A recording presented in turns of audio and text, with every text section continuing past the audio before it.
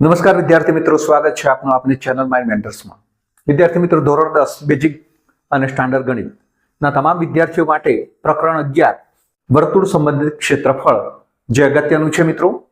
તો વિભાગ એ ની અંદર આ બેઝિક ગણિતના જે વિદ્યાર્થીઓ છે એમાં 2 ગુણનું આ ચેપ્ટર પૂછાય છે અને સ્ટાન્ડર્ડ ગણિતના વિદ્યાર્થીઓ માટે પણ 2 ગુણનું આ ચેપ્ટર પૂછાય છે। તો દરેક વિદ્યાર્થી મિત્રોએ આ ચેપ્ટર ખાસ તૈયાર કરવાનું છે। અને બીજું મિત્રો કે આની અંદર સૂત્રો છે એ તમારા માટે ખાસ અગત્યના છે। તો જો સૂત્રો તમને આવડતા હશે તો ચેપ્ટર સહેલું છે મિત્રો।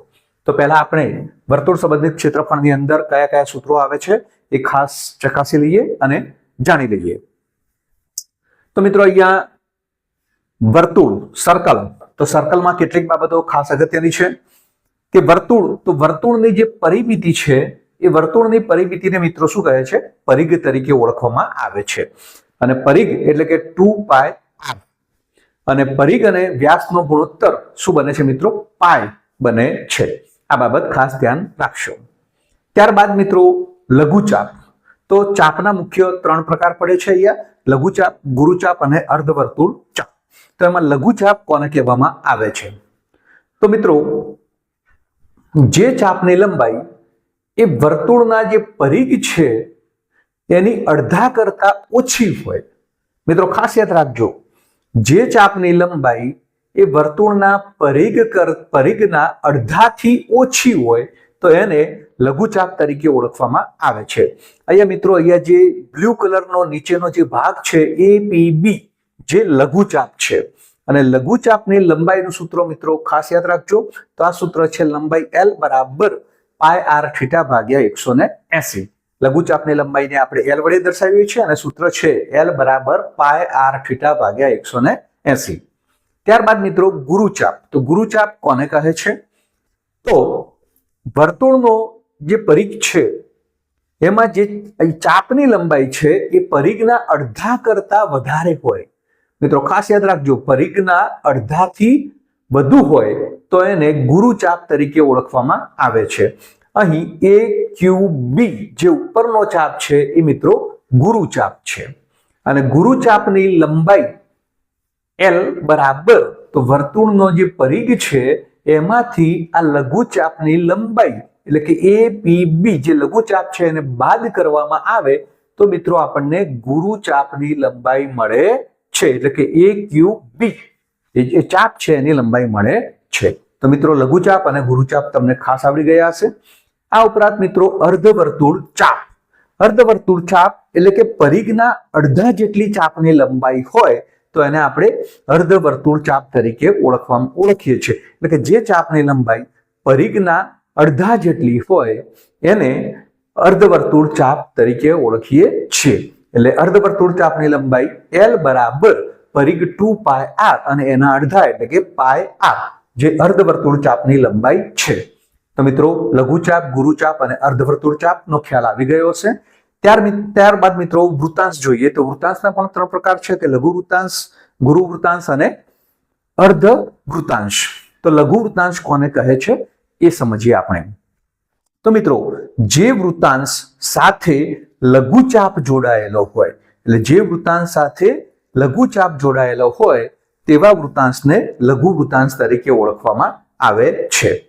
મિત્રો લઘુ વૃત્તાંશ એટલે OAPB જે આ ભાગ છે, OAPB વાળો જે અંદર જે બ્લેક ડોટ બતાવેલા છે એટલો સમગ્ર ભાગ છે એ લઘુ વૃત્તાંશ છે। હવે લઘુ વૃત્તાંશમાં OA અને OBA બંને એની ત્રિજ્યા બને છે। તો મિત્રો લઘુ વૃત્તાંશની પરિમિતિ એટલે કે OAPB એની પરિમિતિ શું થશે? તો એની પરિમિતિ એટલે APB જે લઘુચાપ છે જેને આપણે L વડે દર્શાવીએ છીએ એટલે કે L વત્તા 2r એ લઘુ વૃત્તાંશની પરિમિતિ થાય છે। ત્યારબાદ લઘુ વૃત્તાંશનું ક્ષેત્રફળ, તો લઘુ વૃત્તાંશના ક્ષેત્રફળનું મિત્ર એટલે કે અંદરનો ઘેરાયેલો જે ભાગ છે એનું ક્ષેત્રફળ નું સૂત્ર છે પાય r વર્ગ થીટા ભાગ્યા 360।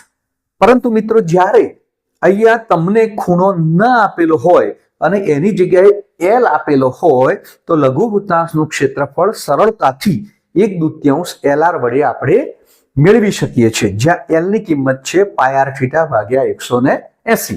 એટલે કે જ્યારે થીટા ન આપ્યો હોય ત્યારે માત્ર એલ આપ્યો હોય તો આ 1/2 LR વડે આપણે લઘુ વૃત્તાંશનું ક્ષેત્રફળ શોધી શકીએ છીએ. ત્યારબાદ મિત્રો ગુરુ વૃત્તાંશ. તો જે વૃત્તાંશ સાથે મિત્રો ગુરુચાપ સંકળાયેલો હોય એટલે ગુરુચાપ જોડાયેલો હોય તો એને ગુરુ વૃત્તાંશ તરીકે ઓળખવામાં આવે છે. એટલે કે OAQB એટલે કે જે ઉપરનો ભાગ જે ઘેરાયેલો છે બ્લેક ડોટ વડે એ મિત્રો ગુરુ વૃત્તાંશ છે. તો ગુરુ વૃત્તાંશનું ક્ષેત્રફળ મિત્રો એટલે કે ઉપરના ભાગનું ક્ષેત્રફળ શોધવું છે તો આખું વર્તુળનું ક્ષેત્રફળ શોધ્યા બાદ એટલે કે πr² શોધ્યા બાદ એમાંથી જે લઘુ વૃત્તાંશ છે એનું ક્ષેત્રફળ એટલે OAPB ભાગ ધરાવતું લઘુ વૃત્તાંશનું ક્ષેત્રફળ બાદ કરીશું મિત્રો ત્યારે આપણને ગુરુ વૃત્તાંશનું ક્ષેત્રફળ મળે છે. તો આ બાબત ખાસ ધ્યાનમાં રાખશો. ત્યારબાદ મિત્રો લઘુ વૃત્તખંડ એટલે કે વૃત્તખંડના પણ 3 પ્રકારો છે: લઘુ વૃત્તખંડ, ગુરુ વૃત્તખંડ અને અર્ધવર્તુળ વૃત્તખંડ. તો મિત્રો લઘુ વૃત્તખંડ કોને કહે છે, એનું ક્ષેત્રફળ શું છે? તો લઘુ વૃત્તખંડ એટલે મિત્રો કે જે વૃત્તખંડ સાથે લઘુચાપ જોડાયેલો હોય તે એ વૃત્તખંડ લઘુ વૃત્તખંડ બને છે. તો મિત્રો અહીંયા જે બ્લેક ભાગ છે વડે ઘેરાયેલો જે ભાગ છે એને લઘુ વૃત્તખંડ તરીકે ઓળખવામાં આવે છે, જેમાં લઘુચાપ અને AB એ જીવા બંને સંકળાયેલા હોય છે અને અંદરનો ઘેરાયેલો ભાગ તો એ લઘુ વૃત્તખંડ બને છે. તો મિત્રો આ જે ભાગ છે એ લઘુ વૃત્તખંડ નો ભાગ દર્શાવે છે. મિત્રો હવે લઘુ વૃત્તખંડનું ક્ષેત્રફળ શોધવું હોય મિત્રો તો આખું લઘુ વૃત્તાંશ OAPB વડે ઘેરાયેલા ભાગનું એટલે કે લઘુ વૃત્તાંશનું ક્ષેત્રફળ શોધવું પડશે અને તેમાંથી આ ત્રિકોણ OAB નું ક્ષેત્રફળ બાદ કરવું પડશે. તો એ બાદ કરીશું મિત્રો તો આ ઘેરાયેલો ભાગ જે આ બ્લેક ભાગ છે એનું ક્ષેત્રફળ મળશે, જે આપણને લઘુ વૃત્તખંડનું ક્ષેત્રફળ મળે છે. ત્યારબાદ મિત્રો ગુરુ વૃત્તખંડ. તો જે વૃત્તખંડ સાથે મિત્રો આ ગુરુચાપ સંકળાયેલો હોય AQB એટલે કે આ ગુરુચાપ સંકળાયેલો હોય તો એને ગુરુ વૃત્તખંડ તરીકે ઓળખવામાં આવે છે. મિત્રો તો આજે આ ઉપરનો બ્લેક ડોટ વડે આખો ભાગ બતાવેલો છે એ ટોટલી ગુરુ વૃત્તખંડ છે. મિત્રો તો ગુરુ વૃત્તખંડનું ક્ષેત્રફળ 2 રીતે શોધી શકાય છે.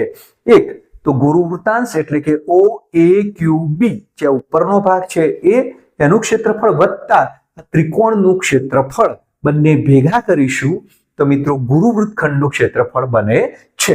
મિત્રો અહીંયા ખાસ યાદ રાખજો, લઘુ વૃત્તખંડમાં લઘુ વૃત્તાંશમાંથી ત્રિકોણ બાદ કરવાનો છે, જ્યારે ગુરુ વૃત્તખંડમાં આ ગુરુ વૃત્તાંશનું ક્ષેત્રફળમાં ત્રિકોણ એડ કરવાનું છે એટલે કે ઉમેરવાનું છે તો આપણને ગુરુ વૃત્તખંડનું ક્ષેત્રફળ મળે છે. આ ઉપરાંત મિત્રો જો લઘુ વૃત્તખંડનું ક્ષેત્રફળ આપણે શોધી કાઢીએ અને આખા વર્તુળના ક્ષેત્રફળમાંથી આ લઘુ વૃત્તખંડનું ક્ષેત્રફળ ખાલી બાદ કરી દઈએ તો જે ઉપરનો ભાગ આખો મળે છે જે ગુરુ વૃત્તખંડનું ક્ષેત્રફળ દર્શાવે છે. તો આ બંને સૂત્રો વડે મિત્રો આપણે ગુરુ વૃત્તખંડનું ક્ષેત્રફળ શોધી શકીએ છીએ.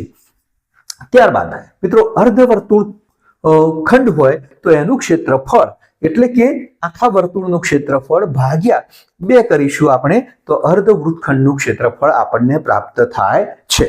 ત્યારબાદ વર્તુળનો ચતુર્થાંશ ભાગનું ક્ષેત્રફળ, અહીંયા એવા પણ દાખલા આવશે કે એનો ચોથો ભાગ શોધવાનો હશે.